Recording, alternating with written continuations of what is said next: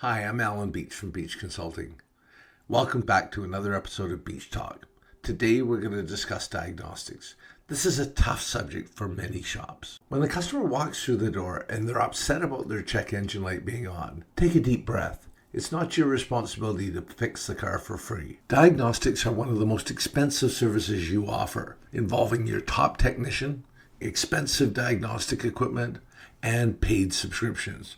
Plus, they're all labor, so there's a challenge when it comes to profitability. Here's something to keep in mind. If the customer isn't willing to pay for diagnostics, chances are they're not willing to pay for the repair.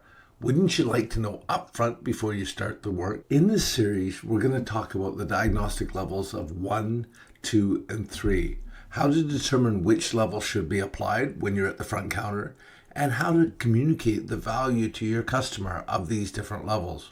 Thanks for watching. If you'd like more help on how to improve the front counter of your auto repair shop, go to beechconsulting.ca.